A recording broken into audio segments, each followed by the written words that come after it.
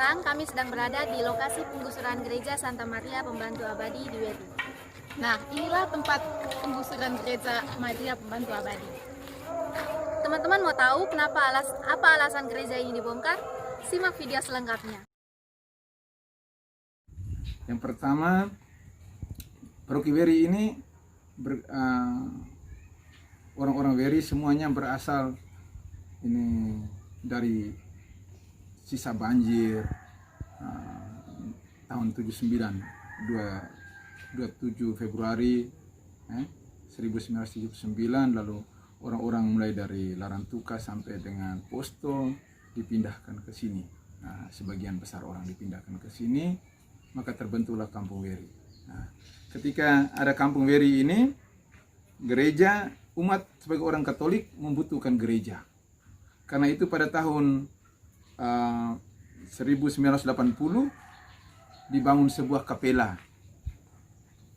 Kapela itu dibangun dari gedung barak bangunan bencana yang ada di San Domingo. Ada tiga barak yang dibawa dari San Domingo dengan ukuran masing-masing itu 8 meter. Itu dipindahkan ke Weri untuk jadikan kapela. Kemudian tahun 1990 barak itu diterbangkan angin puting beliung besar, lalu barak itu diterbangkan. Karena ketiadaan kapela, tempat ibadat, orang-orang Weri sembahyang di ruangan SD Impres Weri selama kurang lebih 2 tahun. Jadi mulai tahun 1990 sampai dengan 1991 dan awal 1992. Dan di tahun 1992 dimulai dibangun gereja Paroki Weri yang lama, gereja stasi ya. Jadi belum jadi paroki. Gereja stasi Weri yang lama itu dibangun mulai tahun 1992.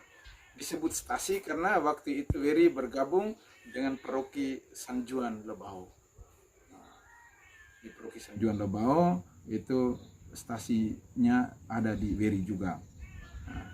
Pembangunan selama kurang lebih 2 tahun.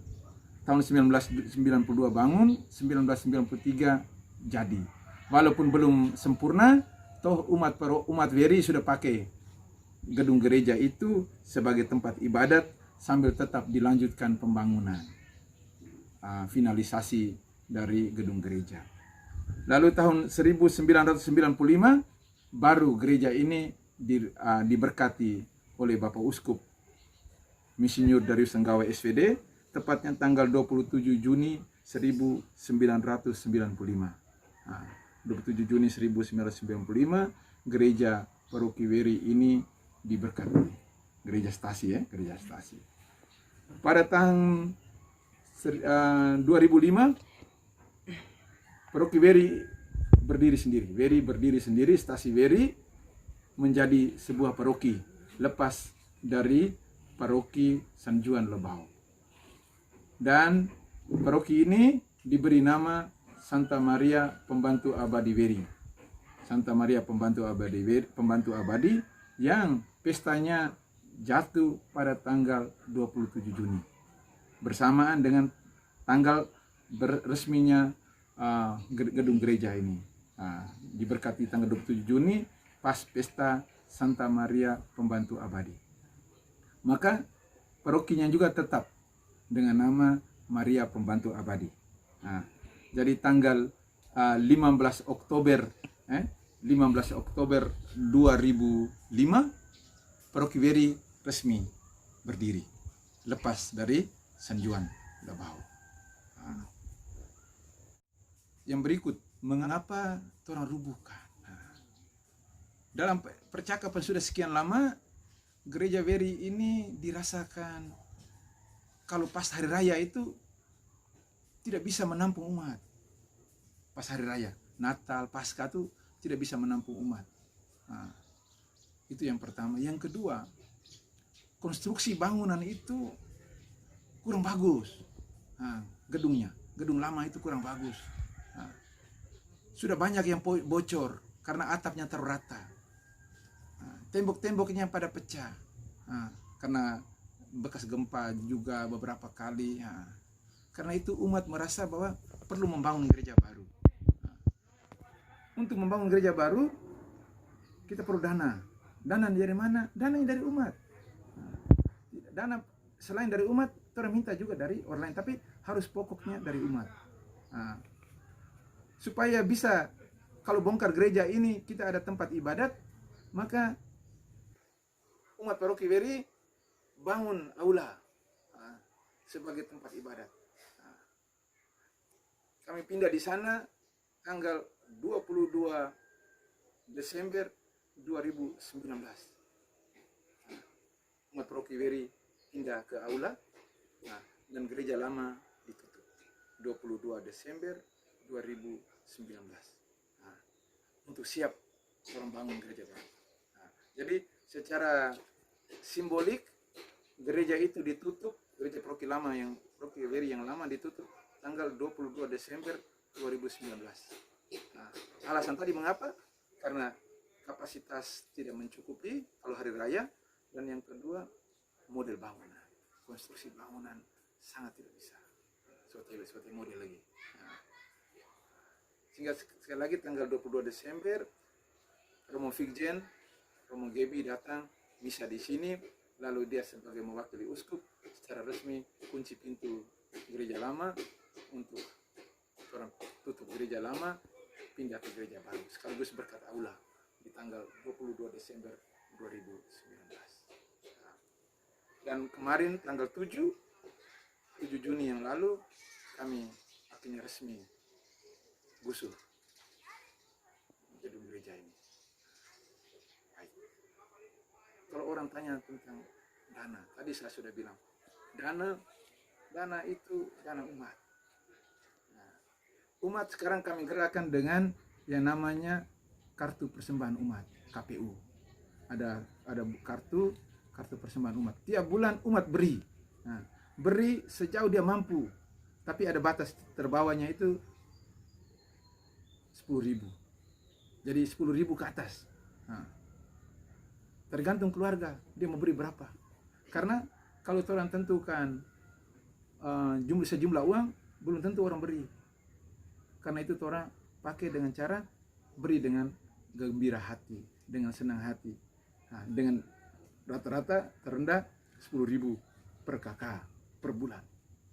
Nah, selain dana KPU, juga kami buat ada dana yang kami ambil dari umat, dari donatur, itu namanya kafling, sistem kafling. Jadi denang gereja itu di kafling, lalu beri nomor. Nah, nomor kalau ke arah luar lebih pinggir itu harga 500, lebih ke tengah 1 juta, lebih dekat lagi ke arah tengah 1,5, lalu di sekitar altar itu nanti imam itu harganya 2 juta satu kafling. Nah, itu sistemnya ini. Nah, selain itu ada proposal. Nah, agar gereja yang dibangun bukan hanya umat paroki yang di dalam ini saja yang bekerja, tetapi umat paroki yang ada di luar juga. Nah, umat paroki yang di luar, yakni anak-anak paroki Weri yang tinggal di luar Weri ikut juga dalam kegiatan ini. Nah, jadi ada penitia, selain penitia di Weri, ada juga penitia yang ada di Jakarta dan di tempat-tempat lain. Nah, umat Weri semua bekerja dengan giat untuk membangun gedung gereja ini, gereja yang baru. Nah, sekali lagi dana, apapun yang terjadi, dana harus dari umat.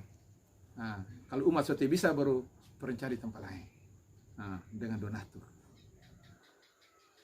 Himbauan untuk umat.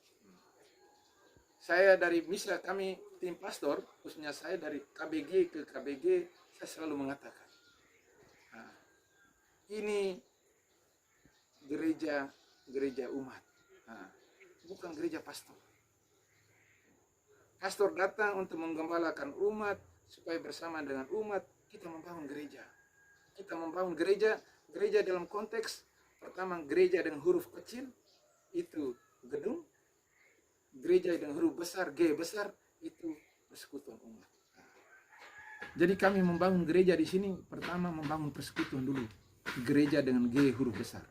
Nah, hingga kemana-mana kita buat misa KBG, pertemuan-pertemuan di KBG, kegiatan anak-anak, sekami, sekar, OMK, pertemuan keluarga-keluarga, KBG lingkungan. Nah, di masa pandemi COVID-19 ini, Paroki Weri buat gebrakan membangun gereja dalam konteks gereja dan huruf besar, yakni dana APP yang kami punya, kami beli sembako lalu bagi ke umat.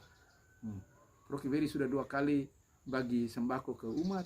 Itu untuk saya, untuk seluruh umat juga adalah bagian dari membangun gereja dalam huruf besar itu. Nah, kalau sudah membangun gereja dalam huruf besar, gereja persekutuan umat, maka umat juga akan dengan sendirinya bergerak untuk membangun gedung gereja dalam arti gereja dan huruf kecil, gedung gereja ini, bangunan gereja. Dan saya sangat yakin, sebagai pastor saya sangat yakin umat Paroki Weri bisa membangun. Bangunan gereja yang baru nanti kira-kira bisa menampung kapasitas umatnya, bisa berapa orang? Oh ya.